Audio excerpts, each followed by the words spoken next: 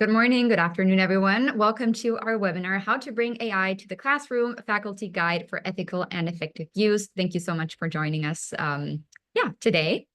So whether you're just beginning to explore AI's potential or already have experience with AI tools, I'm sure this webinar will offer new perspectives and practical advice to both your teaching as well as support to your students. With that being said, let's dive right in. I'll introduce our panelists of today's webinar.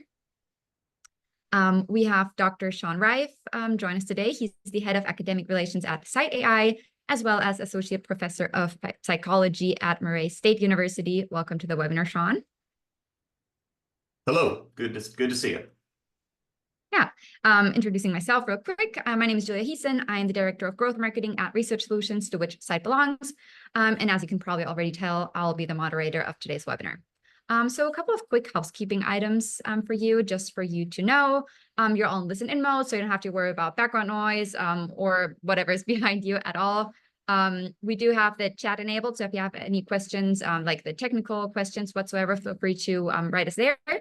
We will also have dedicated time for a live Q&A. So the last 15 minutes will be open for all of your questions. If you click on Zoom below where it says Q&A, you can add your questions as they come up throughout the webinar, and then just know that we'll be answering them towards the end.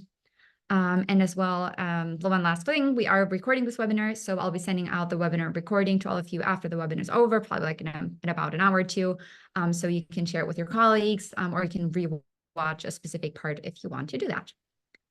Okay, so a little bit about the company that's behind this webinar today. So Research Solutions was founded in 2006.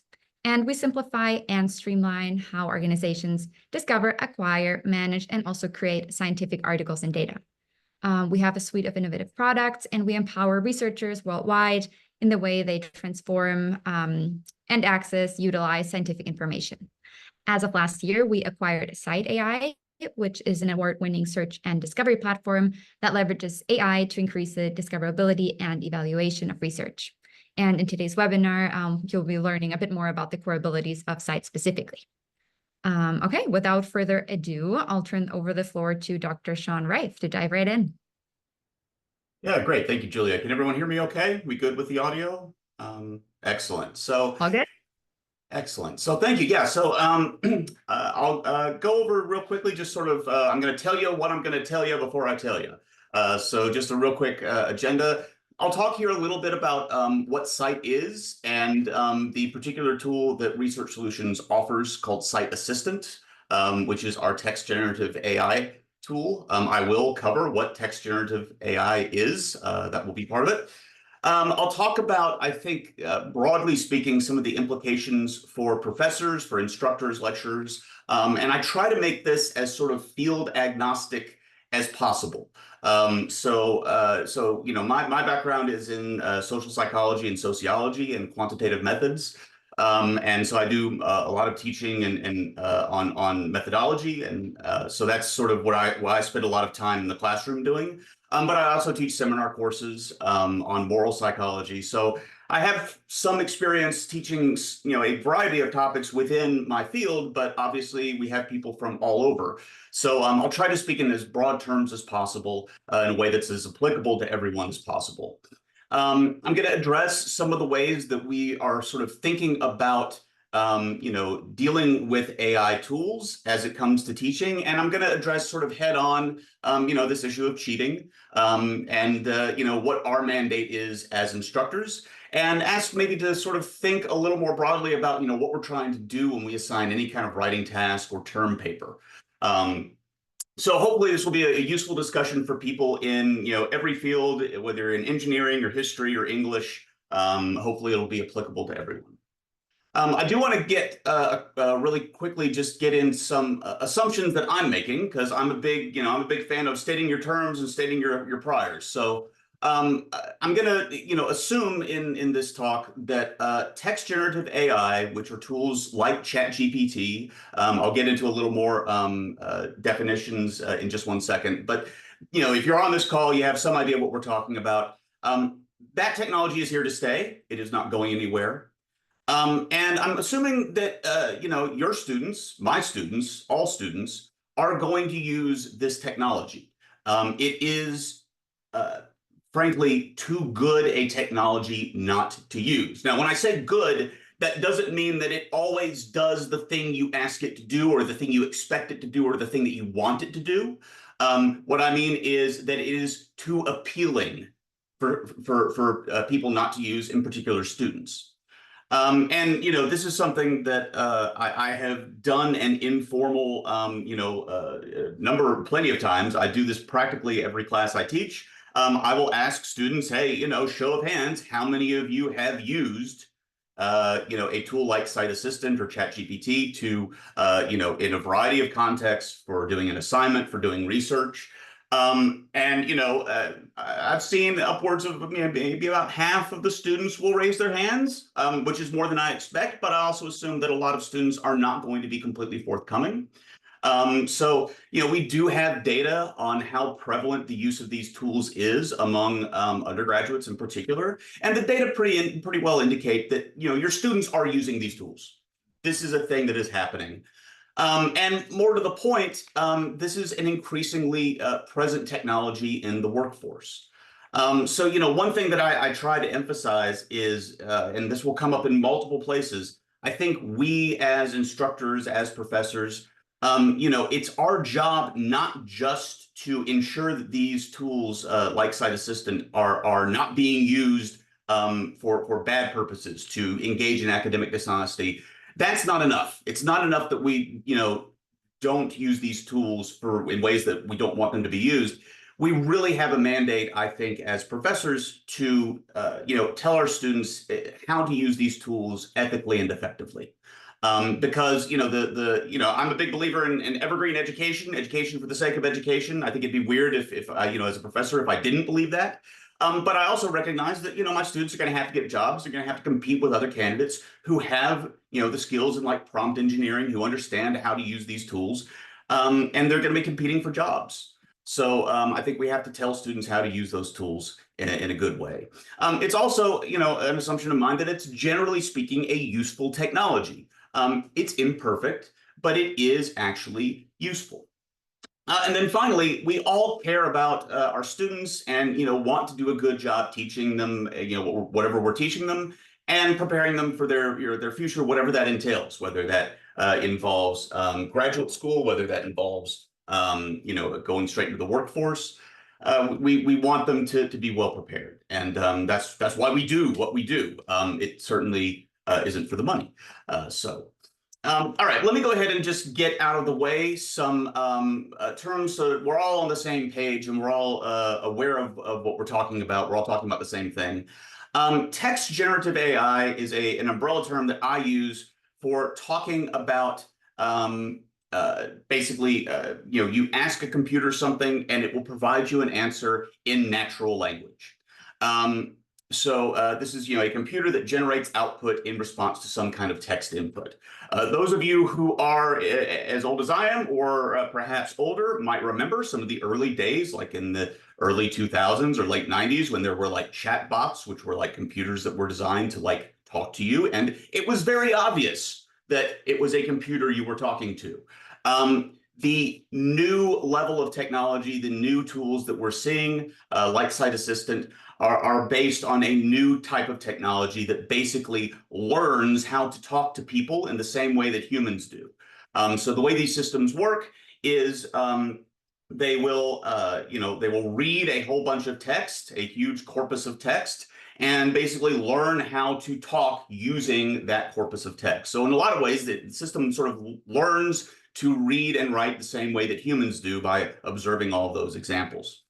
The big advantage here is that this can provide information based on a large data set in a really user-friendly way. So it's very intuitive. You can talk to it the way you talk to, a human being.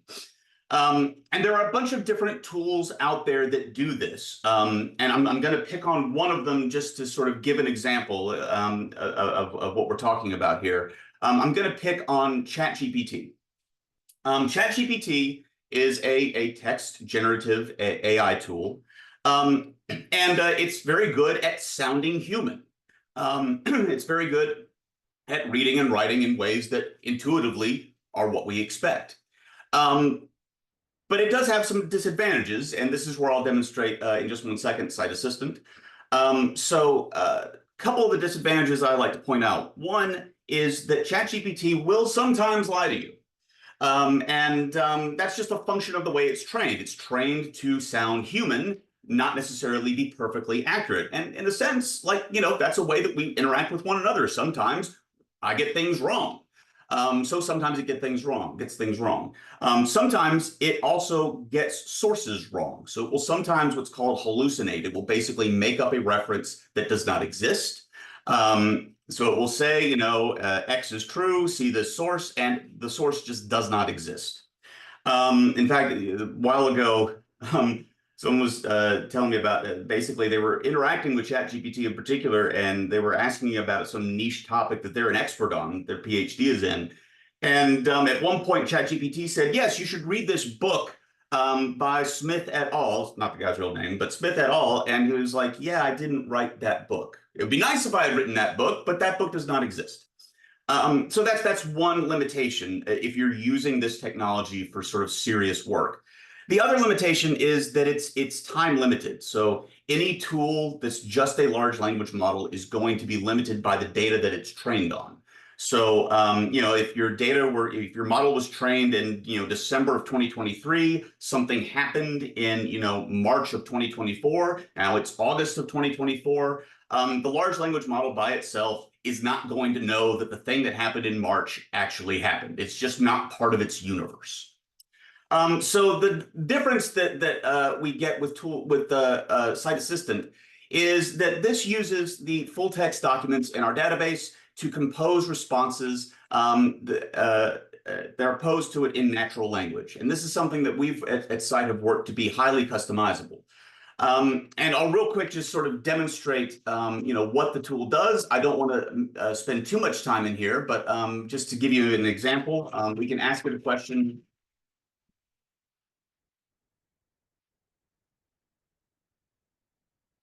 How effective are beta blockers for hypertension?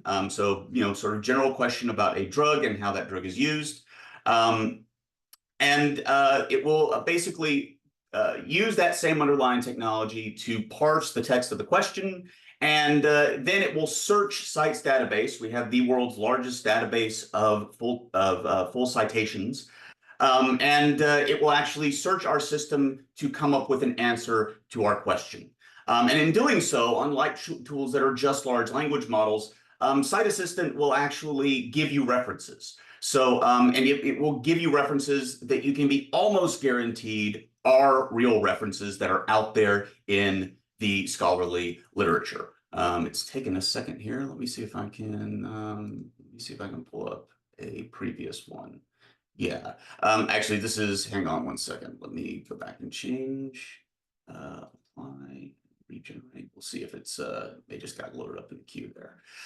The idea here is that, what it's going to be responding with is stuff that it's not pulling from the large language model itself. This is what's sometimes referred to as a RAG, or response augmented generated text.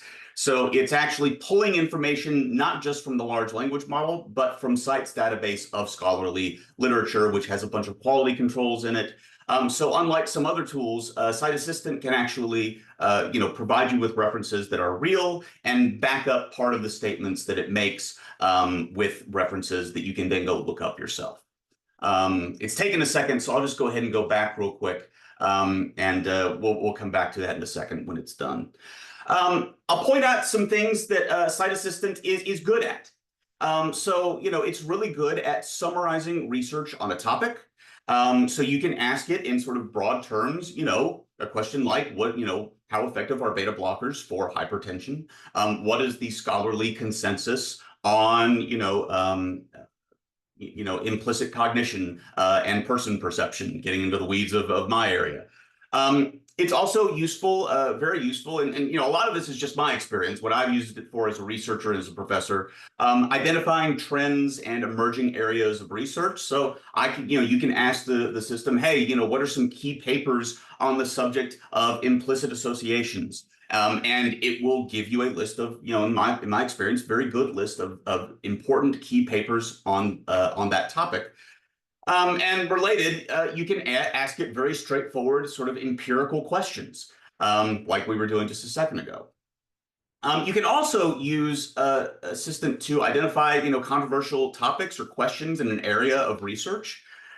So, if, you want to get into sort of the weeds of a really sort of intense scholarly debate, it's pretty good at identifying those areas and summarizing them for you.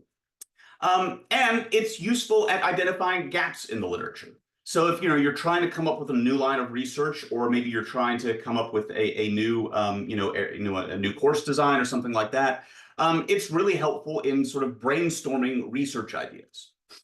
So these are some areas where Scite Assistant and tools like it really do shine. But there are also actually some areas where it is, shall we say, less good. It's not terribly great at writing an entire paper. And frankly, it's not something that that's not something that we've designed it to do. We've at Scite have been very conscientious about how this tool will be used, and we're really positioning it as a tool that you can use to get high quality answers with high quality sources from the scholarly literature, not necessarily do the thing for you. And we've been very sort of deliberate in branding it, in branding that way. Next slide I have, the title is cheating, so we'll get there in just one second. If you ask it to write an entire paper, it's not going to do the kind of work that I, as a professor, would necessarily say that is an A+ paper. And that's because it's doing wide swaths, it's doing sort of broader statements. But when I ask students to write a term paper, I typically am wanting them, if they're writing an A paper, I want them to go the extra mile and actually do some things that these Scite Assistant and other technologies like it are not necessarily super good at. So for things like, for example, developing original theories. I had a thesis student meeting a new thesis student, one of our graduate students, doing her thesis on moral foundations theory, which is an area of research that I teach and do research on. And the conversation, she's very smart. The conversation that she and I were having, was very much sort of not based necessarily in everything that anyone has ever written on this topic, but taking it in new directions, being original. And because these technologies are sort of designed to write, or they're trained to write in ways that we expect existing writing to look like, they don't have that very human component of what I think of as sort of really original creative thinking. So something like developing a really good novel hypothesis or research question is not necessarily something that they can do out of the box super well. They can identify some areas that other people have said, hey, somebody should do a study on this, or maybe it's XYZ. It can do stuff like that. But when I have like my thesis student in my office, we're talking about what she's going to study, and she says, maybe there's this one flaw in moral foundations theory that nobody is talking about yet. And I think to myself, yep, that's why I wanted you to work with me, because you're super smart and you've thought about this a lot and you have a human component of creativity. And, that's a really novel idea. That's not necessarily something that the technology is going to be able to replicate in a way that I would find super satisfying. So it can also, I mentioned this last point is something that it's sort of both. So it can identify gaps in the literature, but what I have experienced is that if you're getting the more narrowly tailored your gap is, it's not necessarily going to be as great at that. So like everything else, this technology has its positives and its negatives, and I want to be really upfront when I talk about what's both of those are. Okay, so let's talk for a second about cheating. This is it's not even the elephant in the room. It's like the room itself. It's the purpose of the room. These technologies can be used and have been used to cheat on writing assignments. Let me make a few points about this. I think the people often will make mistakes when they think about this because the first place that their mind naturally goes, and it's totally understandable, is plagiarism. Is the use of these tools plagiarism? The answer is no. And I think I'm on very firm footing there. I know some people will disagree with me, but I think the answer is no. In the same way that, if I'm contracted by someone to, basically give a summary, write up a report about the literature on a given topic, or if I'm writing a paper on a given topic and it's based on what I've read elsewhere about that topic, and I'm summarizing it and I'm inserting the appropriate citations and I'm giving attribution where attribution needs to be given. A tool like Scite Assistant, at least, is going to give those attributions properly, and it's not going to plagiarize because it's coming up with its own unique combination of words. Now, maybe it's restating what else is out there, but of course, restating what other people have written is a thing that we do all the time as professors, and it's a thing that we actually ask our students to do, right? The key is not presenting an idea or a string of words as your own unique thought if you know that it's not, right? That's what plagiarism is. So technology is not plagiarism, but that doesn't mean that it's not problematic. And the thing that I would say is that if you are teaching in 2024 with the same set of assignments and the same set of assessments that you were using, 5-10 years ago, you're in trouble. And this is just, and I say this as someone, I have basically, once this technology came on the scene, a couple of years ago, I basically nuked all of my out-of-class writing assignments. I just removed them. I don't do that anymore. I do still have reading quizzes that I give students in class.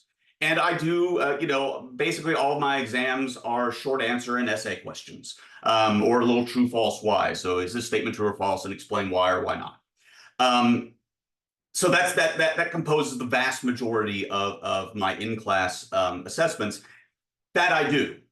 But in terms of like homework assignments, like reflection essays, or summarize this paper, I don't do that anymore.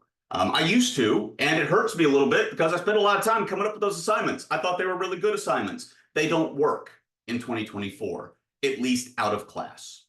Now, there are a few sort of instances where I make exceptions to that. So I teach a graduate seminar in social psychology. Those are graduate students. Most of them are clinicians, so they're going to be clinical psychologists. And for that, I have a couple of take-home exams. And I have rules about what you can and cannot do when you are, completing that exam.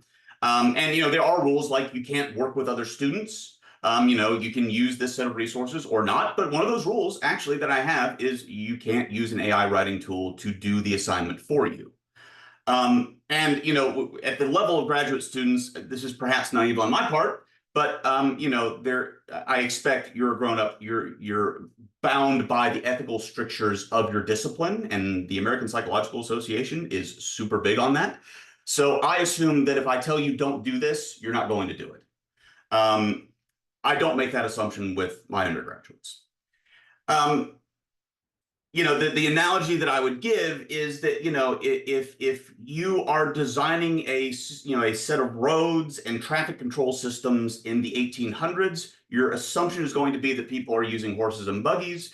That is not the same set of roads and traffic control systems that you're going to use in, the mid 20th century and on, because people are using cars. And you're going to get yourself into trouble if you just sort of assume that, that technology is not out there. And I think that, people on this call you wouldn't be on this call if you didn't realize that this is a thing you have to be aware of.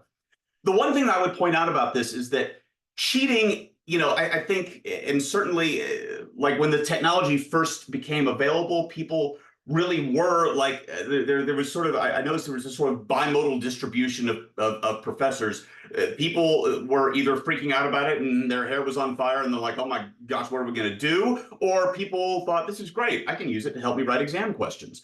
And I saw both, right? But the one thing that I want to point out, I think we just have a natural human tendency. Anytime we see some very impressive new technology, we assume that it's necessarily presenting new problems. And the point that I would make is that cheating is not a new problem.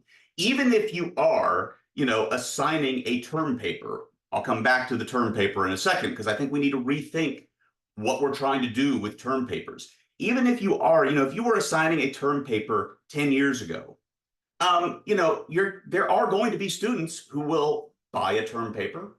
They will pay, so they'll pay someone to write it. They'll get their boyfriend or girlfriend or husband or wife or parent to write it for them. There's no way that I know that I am confident that I can detect that, right? That's not, copying and pasting something that you found in Google. That's someone else is doing it for you. And one thing that I like to point out is that we all kind of accept that some of that is going to take place. Now, this technology makes it way easier to do it, but let's not pretend that this is a brand new problem. And, the thing that I like to point out and, the sort of natural corollary to, recognizing that this technology can be used to cheat is to say, ban it.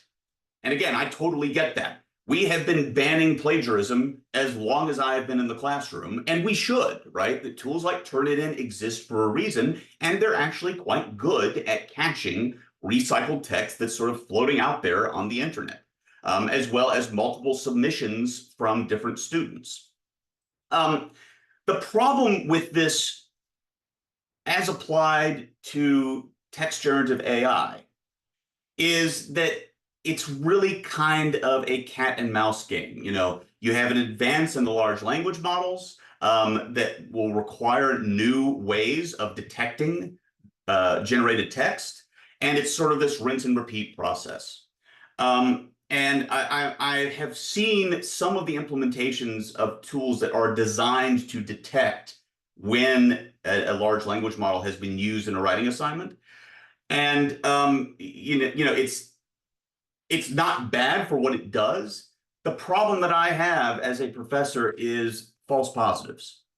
The problem that I have is if I'm in the position as a professor of accusing one of my students of having done something, of having committed academic misconduct, and they haven't. And, I think this is a sort of, it's sort of a professional ethics point. I would much rather have 100, 1,000 students cheat on however many writing assignments over the course of my career than accuse one wrongly of academic misconduct. And I may be far on the end of the distribution in terms of attitudes about that, but I take that very seriously. And I don't ever want to say, yeah, this tool says 95% sure that, this came from AI. That 5%, even that 1% is really scary territory for me. The other point that I would say is that this is becoming the norm, and students need to know how to employ it ethically and effectively. Now, there is one area in the sort of realm of detecting and banning that I will briefly get to, and that is watermarking. So there are some technologies that will try to basically insert patterns of text that only the generative AI knows about. You can then go back and say, aha, our tool was used. This is a new idea to me, and I don't have a fully formed set of opinions about it. It's interesting. It might be the one kind of detection and banning that we might countenance, but I have not seen enough of it in the wild. Okay. So with all that sort of established that these technologies are going to exist, our students are going to use them, I want to really come forward and just ask a question that I think we probably as professors, at least me, I won't accuse the rest of you of this, but at least me and I think people in my area, something that we don't think about enough is like, okay, so this technology exists.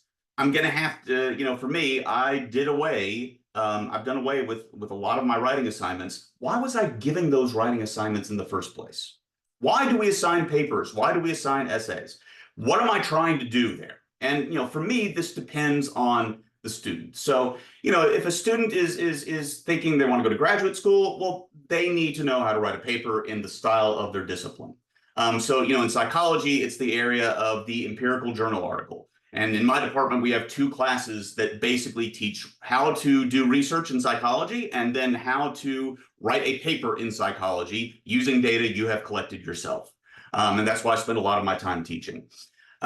So, what I try to do, especially in that second course in that sequence, is, I do a lot of submit the paper. I'll do some feedback, do it again, feedback, do it again, feedback. That's the way I always did it, right? For those students who are really shooting for the next level, the quality of that AI generated response is not necessarily going to be a thing at the moment that can get them into grad school. These are the students that you really want to be able to independently analyze ideas, come up with their own contributions. If you sort of give an AI generated block of text, that's not what most of us, I think, are looking for in the next generation of scholars in our area. But as I said, for those going straight into industry or straight onto the job market, we need to actually do something to get them to help to learn how to use these technologies. The overarching theme is that I'm trying to get at is, I'm trying to get students to think deeply about a topic, apply their mind to a topic based on what we've gone over in class, based on the writings that we've assigned, based on class discussions, and think about it on your own. And there are other ways of doing that other than the term paper. And you already employ a lot of them in the form of, I'll get into this in a second, presentations, in the form of, going back in the tradition in graduate school, I had to do an oral defense. And that's not something that can be sort of invaded by the AI technology. So rethinking, the thing that I would encourage people across disciplines is to ask yourself a basic question about why you give writing assignments in the first place, and are there other ways of accomplishing that goal? Now, with that said, what are some ways that you can actually use a tool like Scite Assistant, generative AI in the classroom? I will go over each of these in turn. I have a category of assignments that I call documenting the journey. We'll get to that in 1 second. I'm a big fan, and we'll talk about this too, I'm a big fan of having research and writing days. We'll talk about that in a second. And then, these can be used as an aid in reading. Again, the overall goal here is to show students how you can use text generative AI tools responsibly for a better class experience, and the selling point is really better grades. So when I talk about these tools to my students, and it comes up basically every class, I try to get ahead of the problem by saying, look, you can use these tools for, in whatever classes you have that require writing assignments. You can use them for, a C or a D paper, or you can use them in effective ways that will help you learn, that will make you better at what you're trying to do, that will get you an A. So it's a kind of, I don't want to think of carrot and a stick, but it kind of is a carrot and a stick kind of approach. Here's the really powerful ways of using this technology, and here's the crappy ways that you shouldn't be doing, right? So let's get into this, these 3 examples. And again, I have more specific stuff that I would do if I were talking to other psychology or sociology professors, but I'm trying to keep this as general as possible, and not just for the kinds of classes that I teach. But I think one thing that most professors are going to want to do is tell our students how to find information. And so in psychology, we call this, a literature search.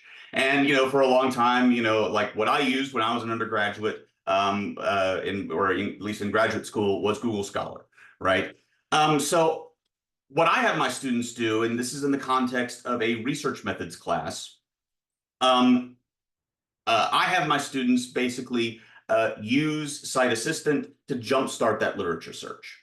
And what I ask them to do is, come up with a series of questions that you're going to ask Assistant, copy and paste what it says in reply, and then what is your reaction to that response? And the nice thing about this is that it accomplishes one of the goals that I have in assigning a writing assignment, which again is to make students think more deeply about what they're doing, right? So they're reflecting on how they're using the tool, they're reflecting on, sort of where they're going in terms of what results it's giving them. And then, come up with that. If you go into Assistant, and I'm sorry, it didn't pull up my response, but if you Scite Assistant will give you a list of references, basically a reading list, and you can I ask what papers do it reference? Do any of them seem like papers that you should find and read? Why or why not? And so the idea here again is to get students to sort of interrogate themselves about what information they're finding and why they're finding, whatever they think is compelling, why they think that thing is compelling. And the nice thing about this, in addition to it sort of doing what I'm trying to do with a writing assignment, it also has this nice feature of being a kind of thing that you can't really, it's a little bit too meta to get like an AI tool to talk about the use of an AI tool to search the literature using AI. So it's something that's it's easier to just do the task than it is to ask the system to do it for you. And it's also something that's very much in line with sort of, the course objectives in terms of learning how, what the learning outcomes should be. It's very much directly in alignment with that. Now, I'm a big fan of research and writing days. So, again, this may differ depending on what class you're teaching. But, for example, when I teach research methods, I will definitely, in fact, the example that I just gave of sort of documenting the journey, I have a couple of assignments that are basically doing that. I do those into the classroom.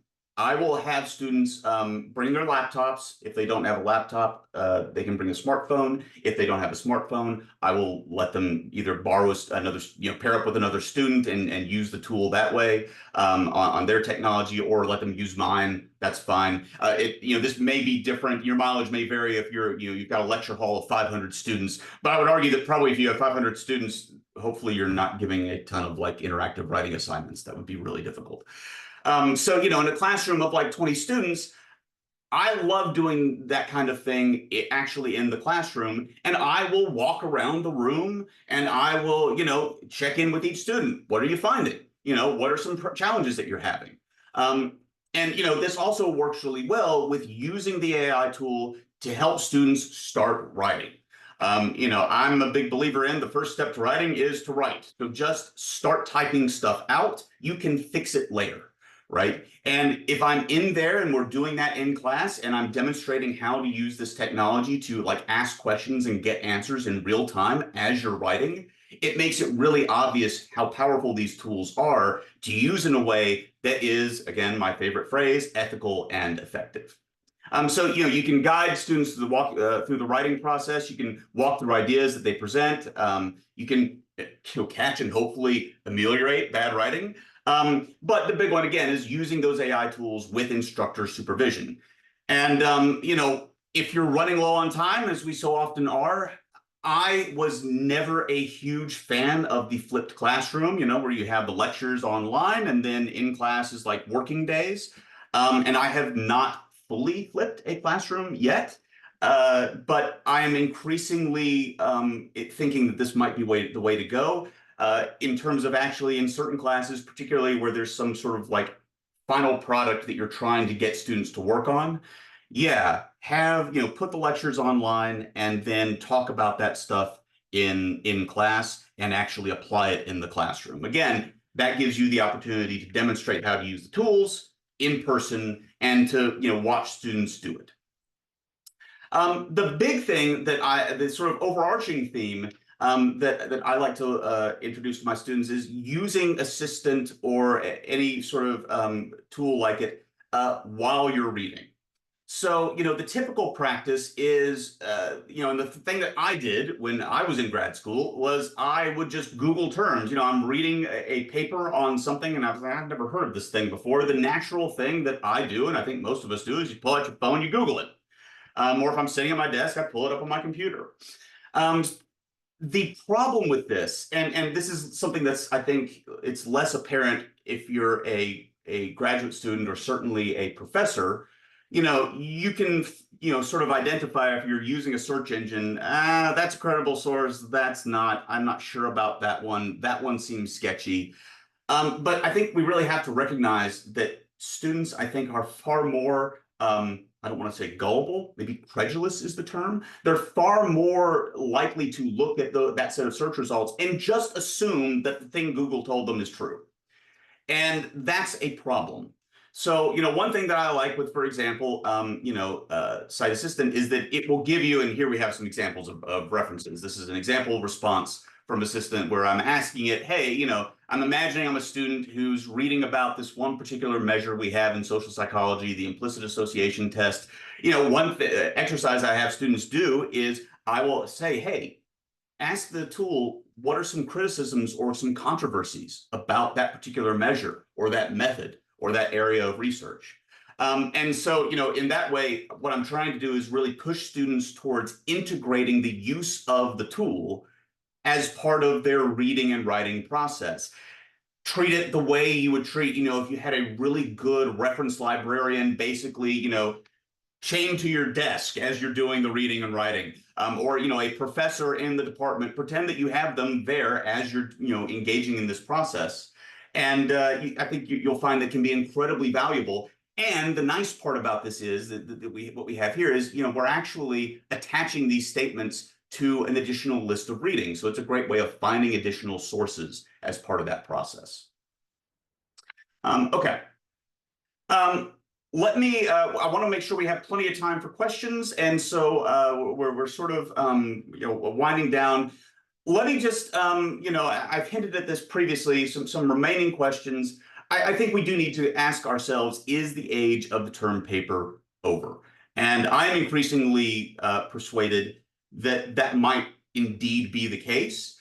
So there is one class that I teach, is sort of applied research class, where I do have students produce a final term paper as the thing, but I combine that with those reading and writing days. So I'm in there when they're doing the writing. And, is it time for that sort of mode of assessment to maybe die out? Maybe.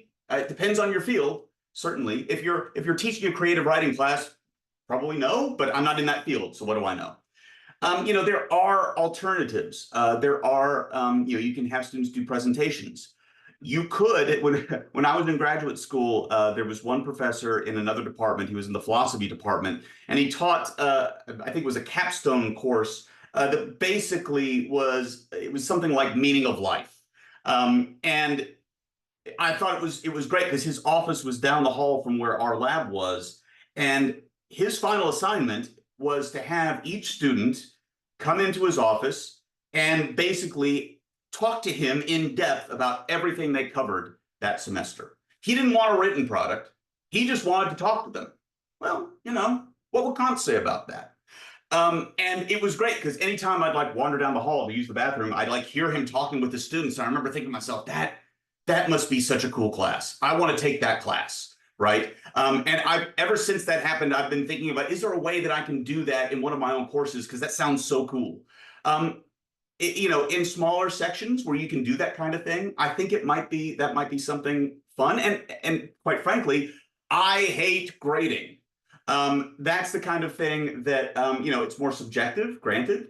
But I think that's sort of prioritizing that one-on-one interaction could be a way that could actually be useful to the student, and could actually maybe be more fun for the faculty too. You could also do sort of what I think of as self-referential assignments that involve more than just writing. Creating, in a more creative course, finding sort of memes or materials related to a given topic. I think we have an opportunity here as professors to make our assessments more engaging and in some respects personally relevant where appropriate. And I think that, we should be thinking of this technology as presenting a new set of opportunities. It's a bit of creative destruction, right? Maybe we're doing away with some of our old assignments, but we also have the opportunity to use the technology and to come up with new ways of doing assessments that's maybe better for all involved. Okay, I think that basically is oh yes, I'm sorry. Yes, so if you're interested in bringing Scite to your institution, you can go to that link, request a demo. Julia, I'll hand it back to you for a second. Thank you so much. Yeah, so I would like to encourage you. I'm adding a link in the chat here as I speak, two links actually. So yeah, if you want to chat with someone from our team, more like have a more personalized demo, invite some of your colleagues, you can head over to that link, fill out the form, and then we'll be in touch about that. And then I've also added a link to Scite Assistant. That's what yeah, Sean tried to do just a moment ago. I think just like Zoom and having so many things open, but you can type in a question and see the results yourself. So you have, I think, 3 free searches. Then you can access a trial as well. So definitely, yeah, head to that link if you want to try it out and play with it. Okay, yeah, let's dive into the questions. I already see quite a few here. Okay, the first one is, can the database access articles behind the paywall? Yes. So this is a question specific to Scite Assistant. Scite Assistant is actually unique among tools in this category in that this is not a talk about Scite, but I'll just briefly go into what we do at Scite. Is we curate scholarly citations. And we get those citations in 2 ways. One is through open access papers and papers that authors will post to the internet. Crawlers pull them in all the time. But what we're really proud of is we have indexing agreements with major publishers who will send us the entirety of their back catalog, as well as an ongoing deposit of new papers. So our tool is unique in this space in that we actually have access to a very large amount of publisher agnostic closed access papers. And you can see that as you use the tool itself. Good question. Yeah, great question. The next question is, would you put ChatGPT under those same ideas of plagiarism? No. So I think I think I want to be clear here. Are there ethical, sort of landmines that you can step on with these tools? Absolutely, absolutely. I just don't think that we should be calling the particular ethical quandary that you would find yourself in if a student is basically having ChatGPT write an essay for them. That's not plagiarism. That is a problem, but it's much more like the problem of a student having their boyfriend or girlfriend write their paper for them. I guess you could say, well, it's presenting someone else's work as your own, and so that's plagiarism. I think the thing that people are more thinking about in terms of plagiarism is, well, it's pulling stuff from existing works elsewhere. And that's true, but the problem with plagiarism is not the pulling with existing works elsewhere. That's what I'm doing when I'm writing a scholarly paper. That's what I'm doing. I'm saying, here's the literature on person perception, right? The problem is presenting ideas that are not mine and words that are not mine as mine. And that's not really what these tools are doing. Amazing. Thank you. So many good questions. I really hope we'll be able to answer them all. The next one is, so how can we use Scite Assistant or any other AI assistant to verify that references that have been provided, say by students, really exist? Yes. So actually, let me. So it did. I thought that it didn't actually complete the query, but it totally did. The screen I was looking at didn't have it up there. So this is a great example here of how this tool can be used. What's great about Assistant is that it's going to answer this question, but it's going to insert references. And if you hover over any of these references, it's going to show you a link to the paper that it pulled it from. And it's also going to show you the text that it's referencing in that paper that it's using to back up that part of the response. So this particular bit of text could not be referenced if it doesn't exist in the first place. What you see with other tools when they will hallucinate references is they will just insert the reference in the response of the text itself. So, if you're using another tool like that, you will actually have to, Lauterbach 2019, you'll have to start Googling Lauterbach 2019 and finding that paper. The nice thing about Assistant is that it will show you exactly what it's doing as it's doing it. So yeah, trying to make time for more questions, but I think that's the nice thing about this particular application of the technology. Amazing. Another Scite Assistant question, actually. Does Scite specialize in certain areas or disciplines? My research is in the field of business, and about 90% of the time, most of the search results from my queries are pulled from medical and related literature that's essentially unusable to me.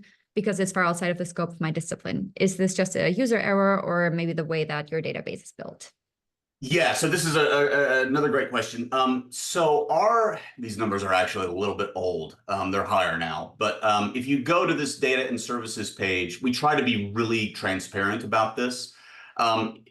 Basically what you see is that the citations that Assistant is referencing in its database they kind of track with the size of the field. Biology, medicine, they're always the top dogs. Psychology, my home down here. So you have sort of a reduced number in the social sciences. And then where really we do have some issues, business is different because businesses, people in business schools will sometimes publish in journals that are not necessarily business. The major limitation that our database has is it's DOI based. So DOIs are that 10 dot number that you see, that unique identifier associated with any published piece of scholarship. Our database consists of anything with a DOI. And for example, historians, they don't like to write books. And sometimes books have DOIs, sometimes chapters have DOIs, sometimes nothing has a DOI. We are looking at expanding beyond just DOIs, but I think the two things I would say about that is the amount of coverage tracks with how big the field is, and some fields that maybe are smaller or rely more heavily on works that don't have DOIs. Like in econ, I know they do a lot of like working papers. Sometimes they have DOIs, sometimes they don't. That is where you're going to see less coverage. And we are working on expanding that. Yeah, great question. The next one is, does Scite use primary or secondary sources? So, excellent question. So the way that Scite is going through the text of these papers, we have indexed in our system what we call the citation statement. So that is the text surrounding a citation. It will pull in the sentence before a citation, the sentence with the citation, and the sentence after the citation. There are some exceptions, but that's the basic pattern. So the answer to your question is both.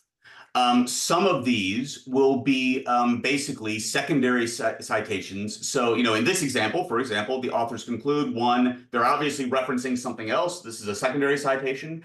But what we also see is that with a lot of these, you will see results that are from the paper itself. I don't have a good sense of what percentage is each. But basically, if you think about, sort of that process of taking the text before a citation, of the citation, and after the citation, if you look at most like scholarly papers, that's a very large percentage of the full text of the paper itself. So we get a lot of both primary and secondary sources as a result. Awesome. Okay. What is the question? Okay. A lot of your suggestions seem appropriate for those who teach mostly face-to-face modalities. However, many institutions post-COVID are increasingly online. What are your thoughts about how to address concerns about still using writing, but making the work visible to the instructor? Yeah, this is a really good question. And I guess we'd have to make a distinction. I'm going to assume that you're talking. So there are, sort of two different kinds of online classes that I think of. There's the sort of not asynchronous, I'm going to post something on my LMS and, I'm going to post a lecture there. You're going to watch it. You're going to take notes on it. You're going to take some kind of assessment based on that. But I'm assuming that you're sort of maybe talking about like what I would think of as like a Zoom class, right? Where the professor and everyone's going to log on.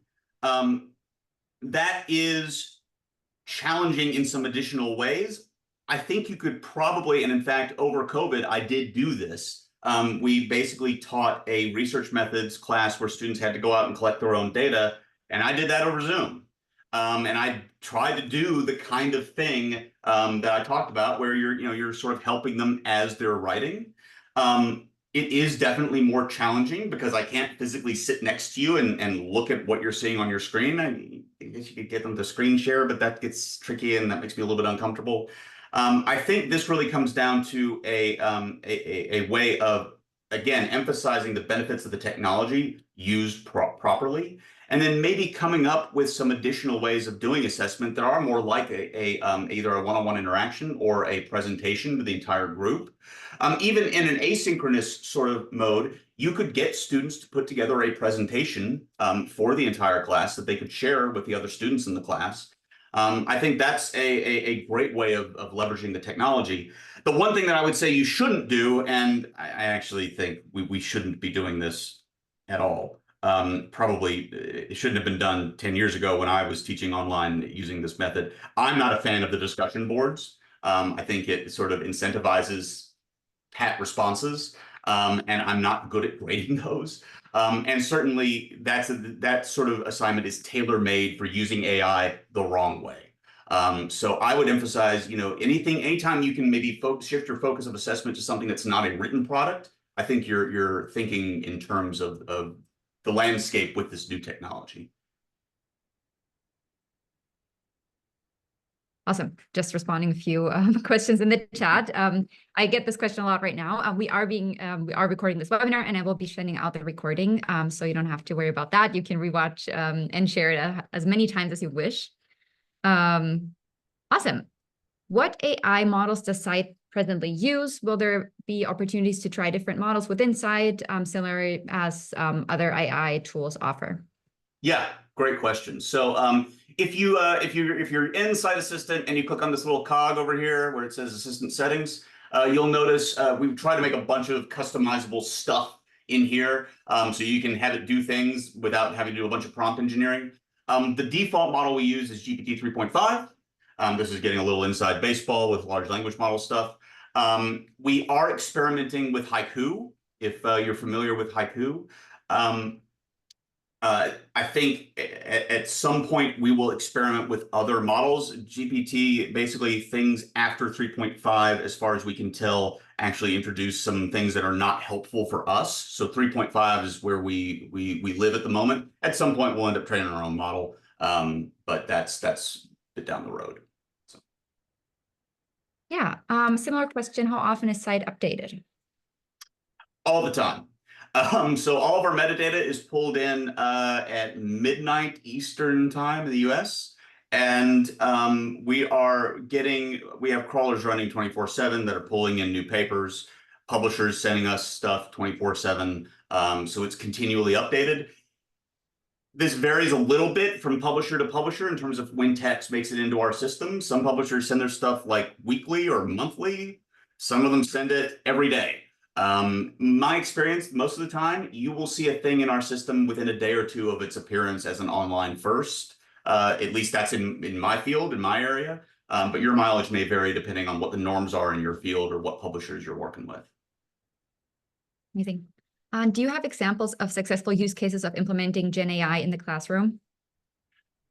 Yeah, so I think my favorite example is basically what I've talked about here, which is actually walking students through the use of the technology in class, one-on-one.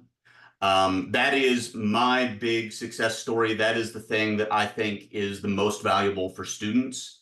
I realize that's not necessarily possible depending on your section size, but that is my big success story. Is I've realized that students get a lot out of that particular. It gets them into the habit of using it properly, and that's what I'm a big fan of. Awesome. Okay, so we have like a few seconds left. I definitely do want to be respectful of everyone's time here. I know there are a few questions that we weren't able to answer, so I'll just resend the links here. Definitely do reach out through the links here. You can either try out Assistant yourself, or with the other one, we have the forum. You can schedule a call. We'd love to take your questions offline or jump on another call with you specifically. With that being said, thank you so much, everyone, for joining. Thank you so much, Sean, for presenting. I learned a lot, definitely. And yeah, I hope to see all of you on the next webinar. Thanks so much, y'all. Bye, everyone.